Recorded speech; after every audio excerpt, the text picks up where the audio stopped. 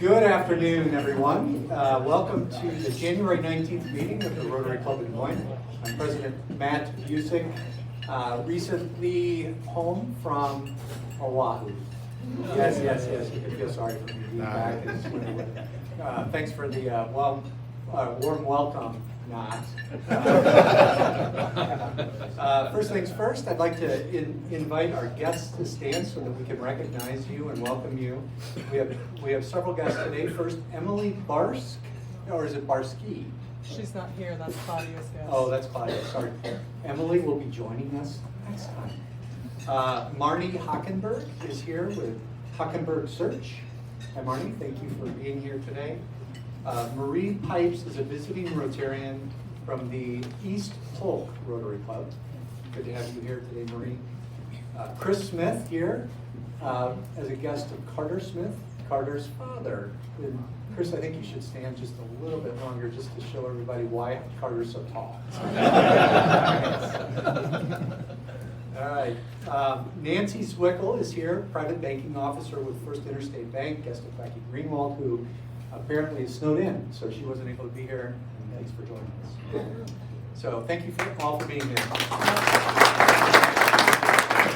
Oh yeah, Sean Mullins guest, David Schwartz, please join us. I forgot, look, here's how good Kitty is. She made this beautifully colored thing so that I wouldn't forget, and of course I did. And I even stopped by to say hello to you. Good to have you here, David. And thank you, Sean, for inviting David. Happy birthday to Ted Loden today. So if any of you see Ted, it is his birthday. Ted, looking at you straight away. If you're watching us after the fact on our YouTube channel, which any of you can do when you can't make it here during the winter, we are available after the fact on YouTube. Happy birthday to you, Ted. All right, and if you were here last week, Dr. Jeff was here with Ed Arnold to talk about the Iowa Wolves game to help end polio now. This game is on February 4th. Sign-ups are on your table. Please attend this fun event. It gives you a chance to come together with other Rotarians across the metro and to support one of our great causes, ending polio. Even if you can't attend, please do consider buying and donating tickets to youth who can't afford to pay for their own tickets, because that would be a great way to support End Polio Now. We are currently at 84 tickets sold. The objective is to sell at least as many tickets as we have members, and know this club has over 200 members, so get busy with that sign-up sheet, please. A quick reminder, again, we have tumblers back on the table. Remember, the tumblers, for those of you who don't have a green dollar sign, and even if you do have a green dollar sign, please be generous with the tumblers. The suggested donation is $3. That supports our Rotary Club of Des Moines Foundation. And you know that is how we do the lion's share of our charitable giving in the community. So, terrific way to support the club and support Des Moines. All right, next up, back because it's popular, Kitty tells me that all flat mats are currently checked out. So that means I'm traveling somewhere around the world. But where is Flat Mat? I've been busy. I was in Fairhope with Ken Zimmerman. So I don't know if you guys know this, but Kent is a member of multiple Rotary clubs, and when he's away from us during the winter, he is there. And so he took me to that Rotary meeting, so I appreciate that. And then Lynette Rasmussen took me to France, and I'm not even going to try to pronounce where she took me, but it was fantastic. And so the idea here is to make sure that you know where your fellow Rotarians are traveling, so that it becomes a nice conversation starter. And I, of course, love to travel and love to find out where you've been.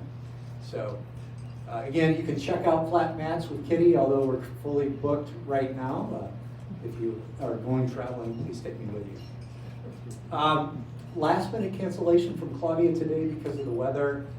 So she was staged to do our moment of inspiration. So I will lead us in the pledge and four-way test, if you could please stand.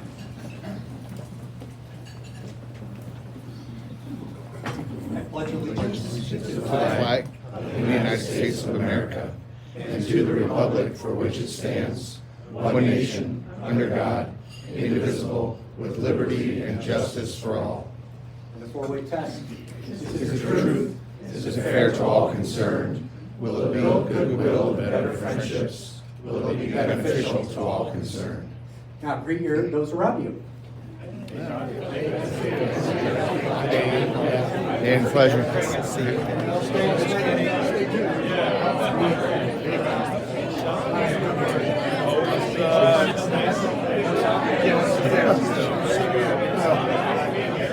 Better?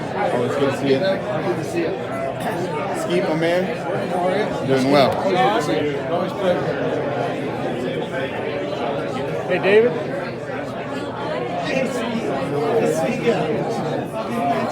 Wonderful.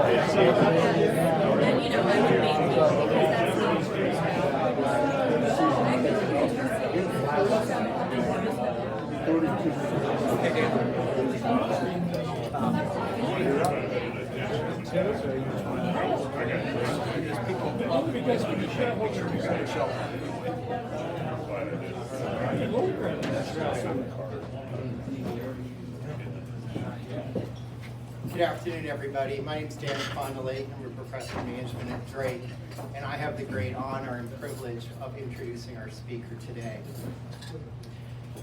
That speaker is Dr. Rochelle Keck. She is Grandview University's 14th president. She was announced almost a year ago, March 22, 2022. Prior to that, she was president at Briarcliff, and she held many different leadership responsibilities at the Briarcliff University in Sioux City. When Rochelle was announced by the Board of Trustees as the new president of Grandview, Chris Littlefield, the chair of the Board of Trustees, commented, the reason they selected Rochelle as president is because she's a proven leader with a collaborative, entrepreneurial, and transparent leadership style. And he went on to say that the board was very impressed with her demonstrated ability to effectuate constructive institutional change while improving student success, enhancing communication and shared governance, cultivating strong relationships, advocating for higher education, and fundraising for institutional needs. And if any of you follow anything that's happening in higher education, you know that this is really a pivot point. There's a lot going on, a lot of forces driving change. So having those kinds of skills in the background. But let me delve deeper into Dr. Keck's background because it's pretty interesting. She brings a lot to the table. She's an Iowa native, one of 9 children. It's pretty remarkable. I'm one of 6, and I know I got sandwiched out. I can imagine. And she is a first-generation college student, having graduated from Wartburg College with her Bachelor's of Arts degree in psychology. You definitely need psychology to manage faculty. She then went on to earn her Juris Doctorate from the University of Iowa's College of Law, and then ultimately her Doctor of Philosophy degree in education from Drake University. She began her career as a prosecutor before establishing her own firm. During this time, she also served on Wartburg College's Board of Regents and participated in their presidential search. It was during this process that she realized her vocational calling to work in higher education leadership. She saw the light. The new passion for higher education eventually led Dr. Keck to philanthropy, roles at the University of Iowa Foundation as their Director of Planned Giving, and then to Indian Hills Community College as their Executive Director for Philanthropy and Alumni Relations. And then she joined Briarcliff in 2017. At Briarcliff, Dr. Keck had led the expansion of academic programs, developed a comprehensive campus master plan, and led numerous fundraising initiatives centered around academics, athletics, and campus beautification. In addition, the use of technology both in and outside of the classroom has expanded. The endowment has grown, enrollment has increased, and grant dollars applied for and awarded have increased during her tenure. So she's really left a lasting impact. She brings extensive strategic budgeting and organizational leadership experience to Grandview. In addition to her successful practice as a lawyer, her background as a fundraiser and a university executive, Dr. Keck is also a lifelong believer in and practitioner of volunteerism. She's currently the president of Leadership Siouxland and a board member for Unity Point Health, St. Luke's Regional Medical Center, Girls Inc. of Sioux Falls City, Sioux City. And she's an executive board member of the Iowa Association of Independent Colleges and Universities, where she has time to fit in her president role, but a lot of great activities. She and her husband, Jim, have 4 children, 3 of whom live in the Des Moines area. So without further ado, please join me in welcoming Dr. Rochelle Keck to the podium.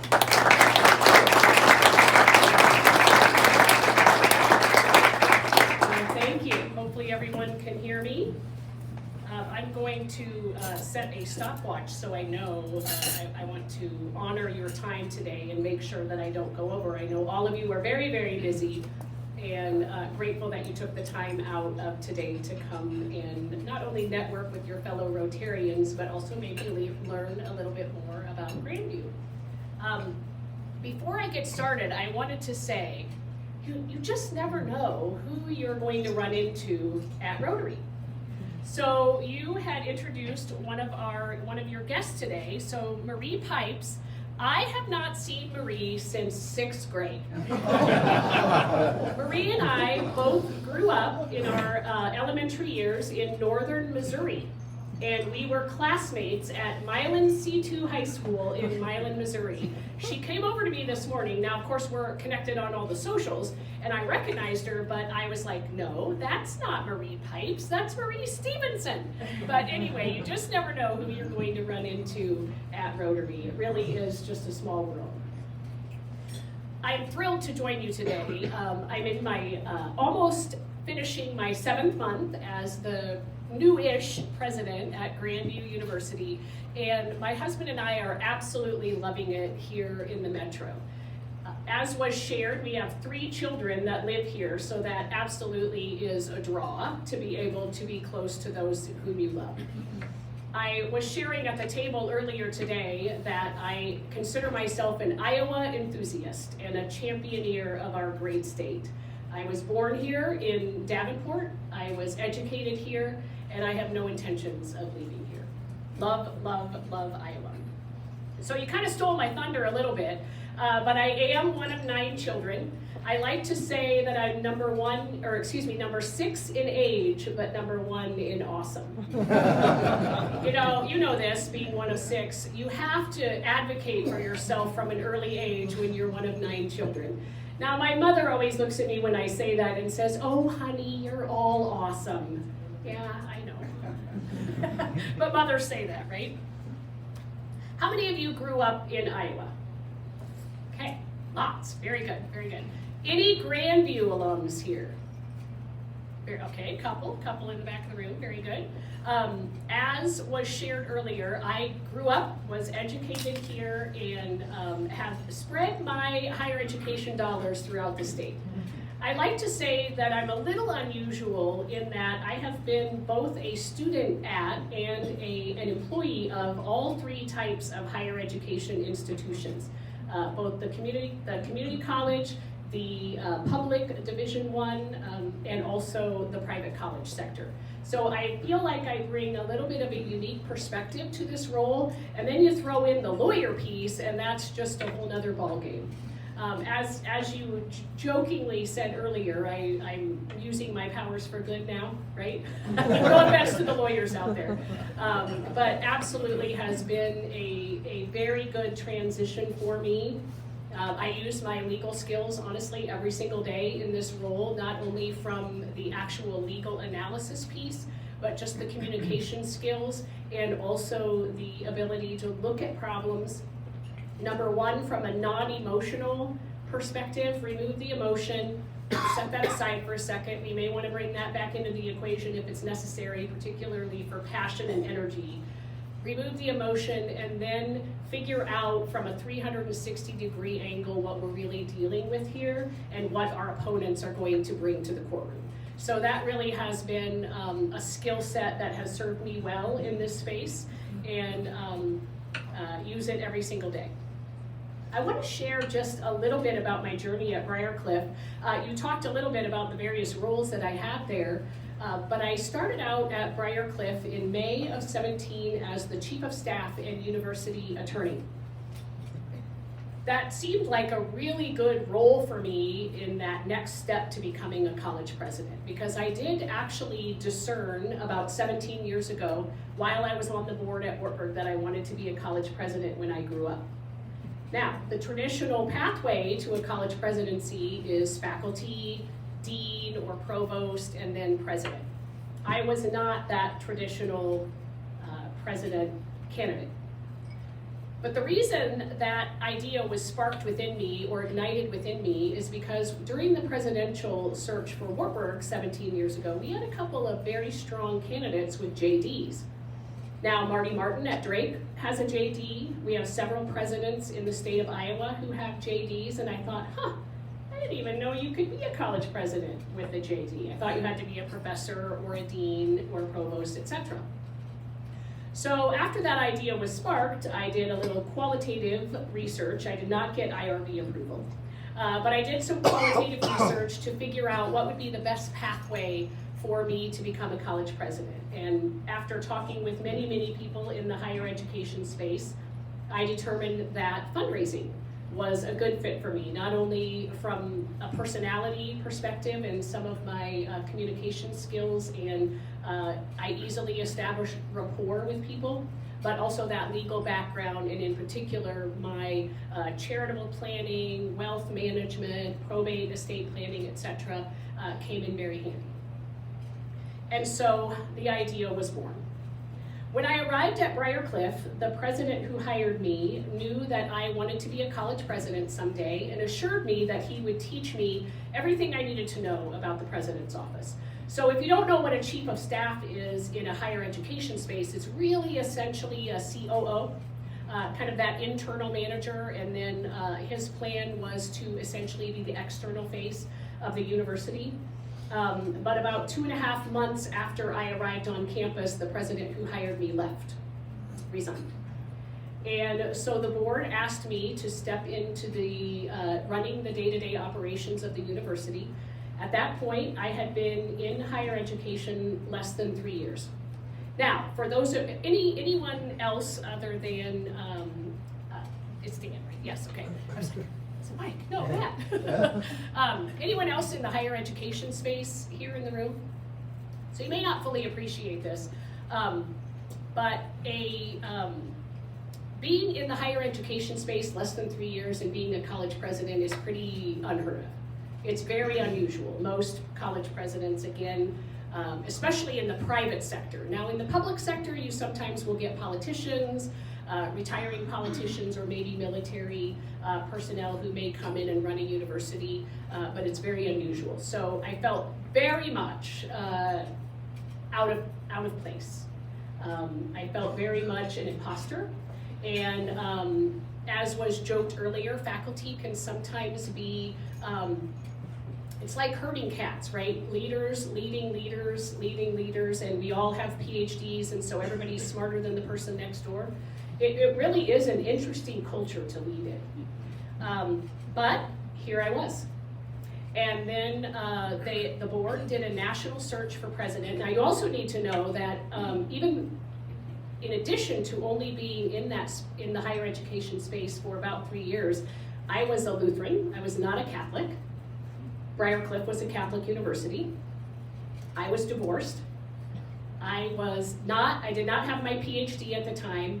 And again, I had been in the higher ed space less than 3 years. So the other two candidates, they did a national search. I was one of the top 3 candidates. It was pretty amazing. But the other 2 candidates were male academic Catholics. And so I thought, well, this is kind of cool that I'm in the top 3, but I'm not going to get this. And I didn't get it. I was not the choice of the search committee. Again, not surprisingly. But talk about a lesson in resilience and a lesson in perseverance.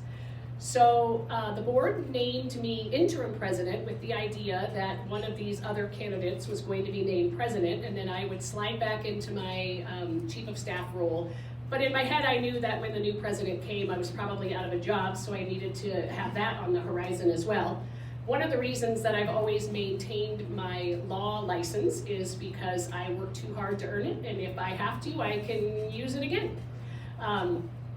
But fortunately, I have not had to do that. So the board named me interim president on a Friday. I left Sioux City and went to Washington, D.C. for an annual advocacy conference for higher education presidents. And my board chair calls me on Monday morning and says, are you sitting down? And I said, no, I'm in the vendor hall in the hotel. And he says, well, he turned it down. And I said, uh-huh. Kind of knew he was going to turn it down. We were six weeks out from the job offer. That's also very unusual. But I said, now what are you going to do? And he says, well, we're going to evaluate you for the next 6 months, figure out what to do. If we hire you, great. If not, we're going to then start another national search. The higher ed space, you normally hire presidents in the late fall, early spring to start July 1. That's just the nature of the academic year. So I thought, well, interim president for another academic year. I'll have that on my resume, so at least I can stop looking for a job, a backup job anyway. But after the longest job interview of my life, the board selected me as the 11th president and the first non-Catholic president in the history of Briarcliff University.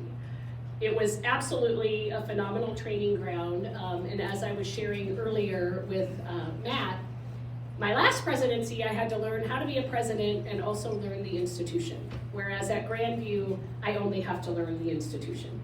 And I already knew a great deal about Grandview before I came here. And as I said earlier, we are just absolutely loving it here in Des Moines. Let me tell you just a little bit about Grandview in case you don't know, and many of you are not alums, so you probably don't know. I like to consider Grandview University the hidden gem of Des Moines. Do any of you know anything about Grandview, other than the fact that, you know, we're pretty good in wrestling? Yes, Craig. I do. Both my parents went to school there, Yes. as well as many family members. Very good. Both his parents went to school there. I just know it's a very active university, and they've hosted a number of victim rights events. Yes, yes, very good, very good. Well, we are finishing our second week of classes this semester, so the students are back, the energy levels are back, the angst levels are back, but it's a lot of fun to be on a college campus when the students and faculty are present. We are in the process of, actually we are at the beginning of the strategic planning process at Grandview. So whenever you get a new president, you usually get some new personnel and you usually get a new strategic plan. Kent Hemming, the president before me at Grandview, did a great job of setting the university up for success and then stepping back to allow the new president to come in and really put his or her stamp on the university. So I'm very, very grateful to him for the gracious leadership transition that he orchestrated as he exited after 22 years of serving and leading Grandview University. So I have to give a little shout out to Carter. We just selected our strategic plan consulting firm and we went with Baton Global. And Carter is actually our main consultant contact for the team that we have at Baton Global, and I'm going to tell you a little bit about why we chose Baton Global. I think I've shared with you, I'm an Iowa enthusiast, I'm an Iowa championeer. We have talent in this state, and we don't have to go out of this state to find that talent. And Baton Global is unique in that they are a Des Moines firm, but they have a global presence. And global competency or global fluency is one of my initiatives and will absolutely be a part of the strategic plan moving forward. I talked about this at the governor's future Iowa Ready Summit earlier this summer, and we were talking about the future of work. And if you don't think this is a global world, if you don't think this is a global economy, you're probably not paying attention. Because not only are we sending Iowans out into the world, but the world is coming to Iowa, and it will continue to be more and more robust and borderless as time goes on. So that's why we chose Baton Global, and we're very excited to work with Carter and his team. Another reason we chose Baton Global, I feel like I'm giving a commercial for you, but they're not a traditional higher ed strategic planning firm.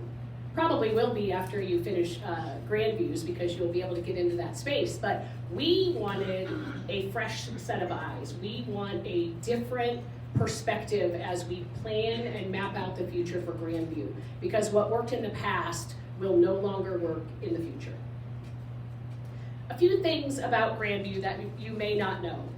We have 35 undergraduate majors and 6 master's degrees with more on the horizon. It is absolutely in my plan to add at least 1 doctorate program to Grandview. In my head, I call it the practical PhD, and I have a little trademark application out for that. The lawyer in me will never die. But anyway, a lot of PhD programs are not necessarily practical.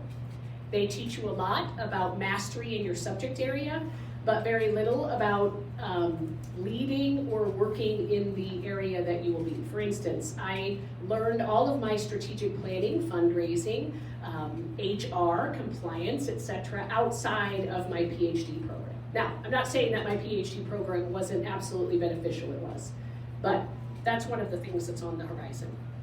We are currently educating almost 1,900 students. We have, they hail from 21 different states, and that's this year, 3 Native American nations, and we have 57 international students from 27 countries. That's pretty phenomenal post-COVID. It was obviously bigger prior to COVID, but we're very happy about that. And unlike some of our sister institutions in the metro, we have a nearly 30% diversity rate amongst our student population. We are almost an open access institution. We do have academic parameters for entry, but really our mission is about providing education to all who are interested in seeking and completing that journey. Our 2 newest graduate programs are in response to the mental health crisis in this country. We have a master's in clinical mental health counseling. It's been full ever since we opened it, and we are starting a master's in school counseling, and that we anticipate that will also be full. We did also start a master's in social work, which also has a counseling component, and that program has also been full since we started it. Our newest undergraduate majors are in data science and business analytics. And as a liberal arts institution, I often tell our students, in addition to whatever it is that you choose to major in, I would recommend that you also have the mindset that you are majoring in adaptation. And I'll talk about that a little bit more when I talk about the future of higher education, because change fluency and the ability to adapt to whatever comes your way are critical skills, not only in life, but also in the workforce. And at the end of the day, that's ultimately what we're doing, is preparing students to go out and be the best that they can be in the workplace and in their communities and in their families. A few figures about Grandview that you may not know. We have a 66-acre campus on the east side of Des Moines. 54% of our student body is made up of females and 46% made up of males. 50% of our students are first-generation college students. If you don't know what that term means, it doesn't mean that you're the first in your family to go to college. It means that your parents do not have a college degree of any kind. I myself was a first-generation college student. My mother did end up getting her LPN nursing degree years after I started in college, so that she could go on and do some of that work, and that was her passion. We have 380 staff members between our faculty, employees between our faculty, our staff, and our adjunct faculty. Average class size is 16. We have a 12-to-1 average faculty-student ratio. 99.6% of our graduates are placed in the workforce within a year following graduation, and that year is the benchmark that our competitor, that's the national benchmark for employment stats. Grandview University, this is the impact in your local community. $90 million in consumer spending, $34 million in personal income, and 88.5% of our graduates stay in Iowa. Of those 88.5%, 89.6% stay in the metro, and 68% of our students who come from out of state and other countries stay in Iowa after they graduate. So if you have a talent issue in your organization, or you know people who are facing talent issues, you probably should belly up to the bar at Grandview University, because we are one of the largest importers of talent in the state, as are our other universities and colleges in the state. Some of our top employers who hire our graduates are Principal Financial Group, Amazon, Bankers Trust. I know there's a couple Bankers Trust people in here. Mercy One, Des Moines Public Schools, Mary Greeley Medical Center, Orchard Place, and then several other nonprofits across the metro. We were designated in 2022 as a most engaged campus for college student voting in the All-In Campus Democracy Challenge. So kudos to many of our staff members for making that happen and bringing that awareness to our students, especially in a non-presidential election year. Have any of you heard of the GV Complete program that we have at Grandview? So this is a unique program that my predecessor instituted. It's essentially a financial literacy and a college completion program where if you enter and commit to staying in the GV Complete program with your one-on-one assigned advisor, you will likely save more than $5,000 in college costs by the end of your academic journey. And again, it's a financial literacy piece. It's making sure that you're planning out your coursework and your major in the most efficient way possible, so you're not taking unnecessary classes and or staying for unnecessary periods of time. While people think about college as being a 4-year journey, it's pretty rare for students to finish in 4 years at places not like Grandview. The actual, when you look at college completion rates nationwide, you may not know that that's a 6-year completion metric, not a 4-year completion metric. If you look at the 4-year metric, it's much lower.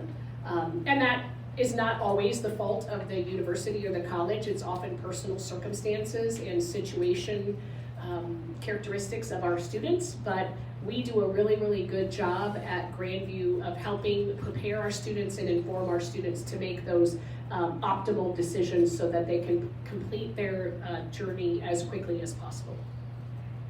Okay, let's talk about sports a little bit. So I shared about wrestling. We are currently #1 in the nation at the NAIA level for men's wrestling. We have won 10 of the last 11 national championships in men's wrestling. We are currently #2 in the nation for women's wrestling. We have a meet tonight actually on campus, so if anybody wants to go, let me know, I'll get you in. We are currently #1 in the nation for men's volleyball, also a somewhat unique sport in this state. And we were the national champions in all of those categories last year, as well as the national champions in shooting sports. So people outside of Grandview in the NAIA world call us the evil empire, and I'm okay with that. We are okay with that. So I'd like to end my remarks with just a few observations about the future of higher education.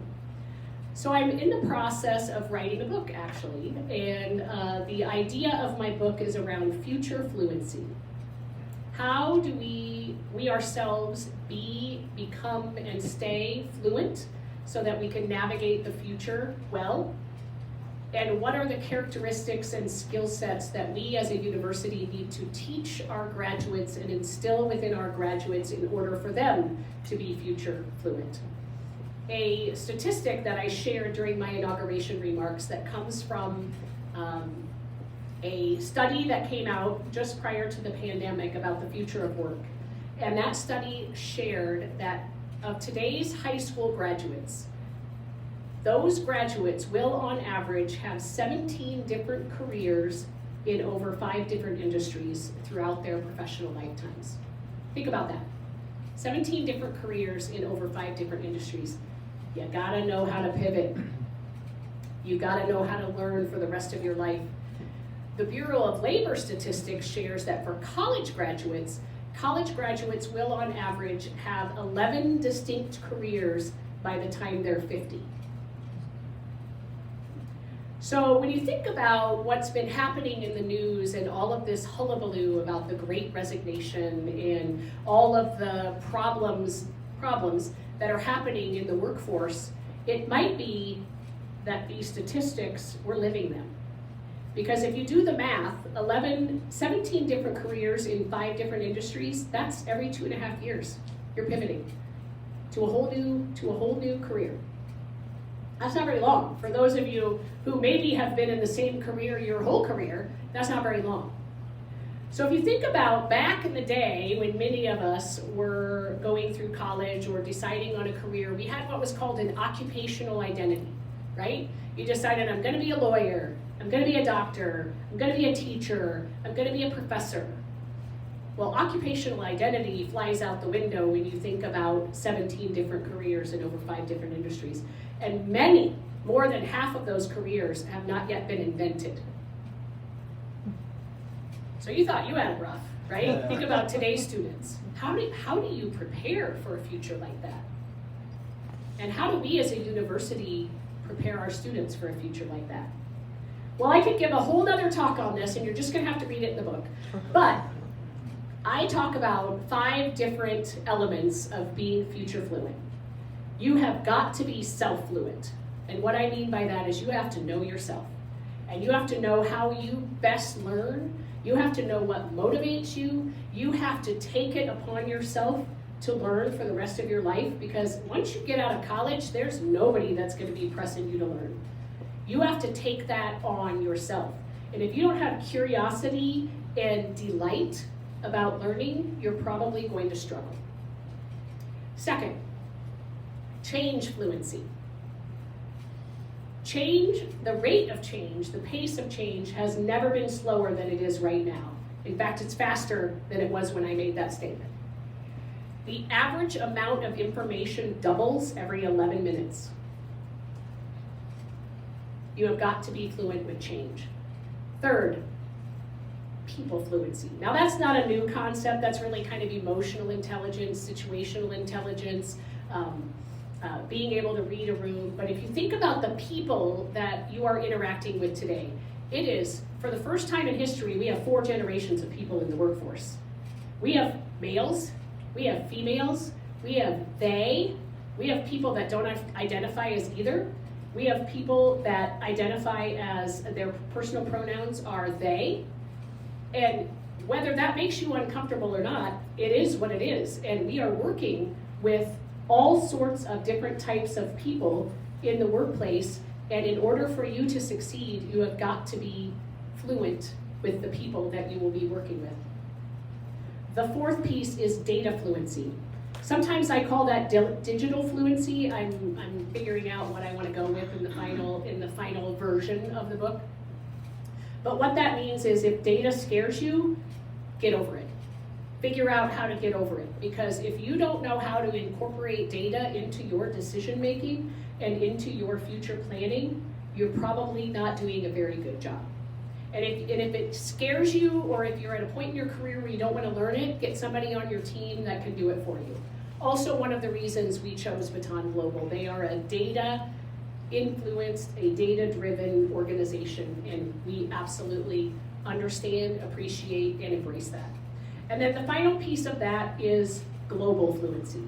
I talked about it a little bit earlier, but this world, the borders are dissolving. I don't know how many of you know what the future of Iowa alone looks like in terms of our demographics, but it's changing. By 2050, we will not be a primarily white state, and that can either scare you or excite you. And if you are global fluent, if you are change fluent, if you are data fluent, if you are people fluent, and if you are self-fluent, you're going to be just fine. So thank you very much. I know I'm running to the end of my time, and I wanted to leave time for questions if anybody has any questions. But that's all I have to say.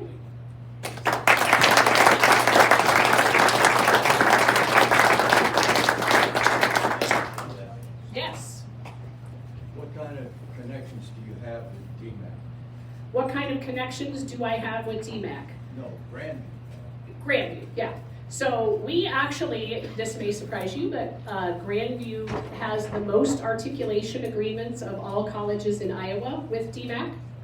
And we are continuing those conversations to see what other opportunities we have. I used to work at Indian Hills Community College, and I'm traveling down there. It's either, I gotta look at my calendar, it's either tomorrow or next Friday to have some conversations with Indian Hills too, because they have a couple of unique programs that are not offered at any of the other community colleges in the state. Yes? So Iowa leads the nation with dual enrollment students, with about 46% of high school juniors and seniors earning those college credits. And along with what Al is saying, that connectivity to community college and being a feeder to a four-year institution with some of the programs that the private institutions have, like Common Course numbering and whatever else, but what specifically is going to be done with strengthening the number of high school students coming over to Grandview as their primary choice for their four-year education? So hopefully everybody could hear the question, but essentially the question was about dual enrollments and Iowa leading the nation in our dual enrollment offerings and students who are graduating with dual enrollment credits. So it's an interesting anomaly because in many respects, outside of the dual enrollment offerings, which are typically done through the community colleges, in a way it's shutting out the community colleges from that first 2 years, because that's essentially what dual enrollment is doing, right? Is providing those students with that general education, that initial 2-year. Actually, when I was at Indian Hills, we had the first student in Iowa who graduated from high school on graduation day with an Ottumwa High School diploma, and an Indian Hills Associates on the same day.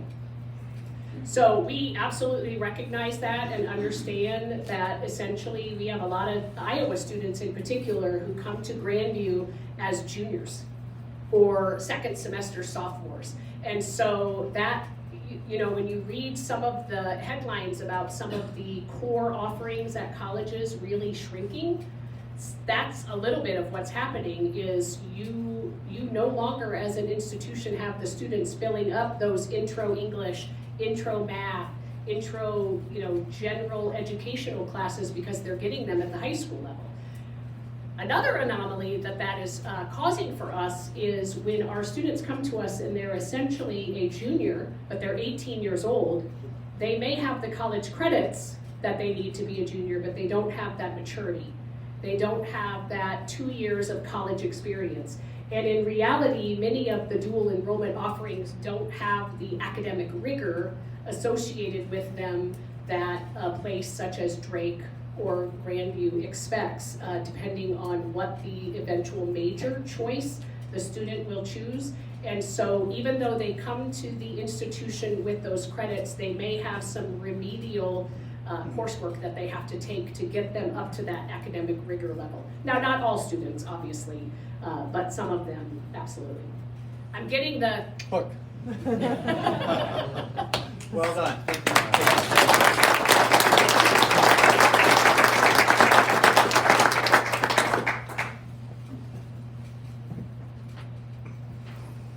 Okay.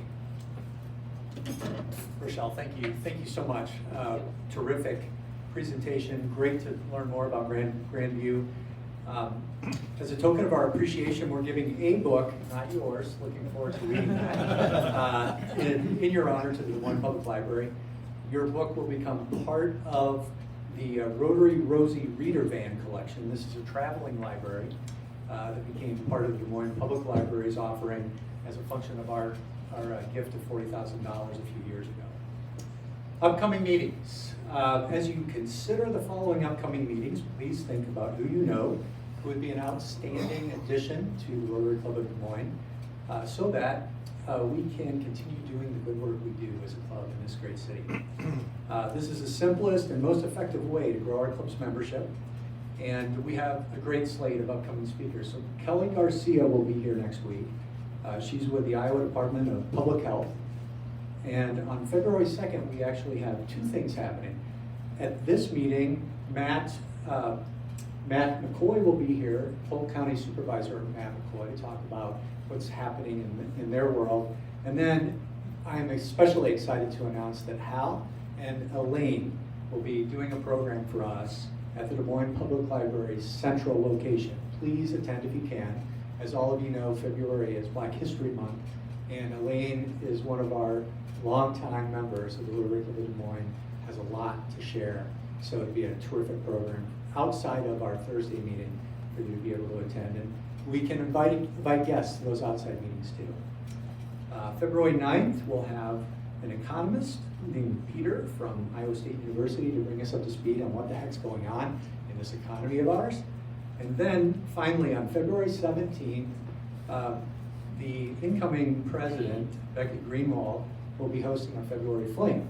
So there will be no meeting on the 16th, the Thursday. We will instead convene at the Des Moines Botanical Garden on a Friday night, and that is going to be paired with, what do they call that? Dome After Dark event. So please come if you can. That's always good to see all of us outside of Thursdays. One last thing, I'd be remiss if I didn't say we do not have volunteers to collect the Rotary Club of Des Moines Foundation cups on today. So if any of you could stick back after the meeting for just a few minutes and do the cups. And oh, the other thing is Craig Ibsen. Could you please stand? We don't see much of Craig lately. How's that for embarrassing? But he stepped up and sponsored the February Fling. Next Level Ventures is Craig's firm. Thank you so much for that.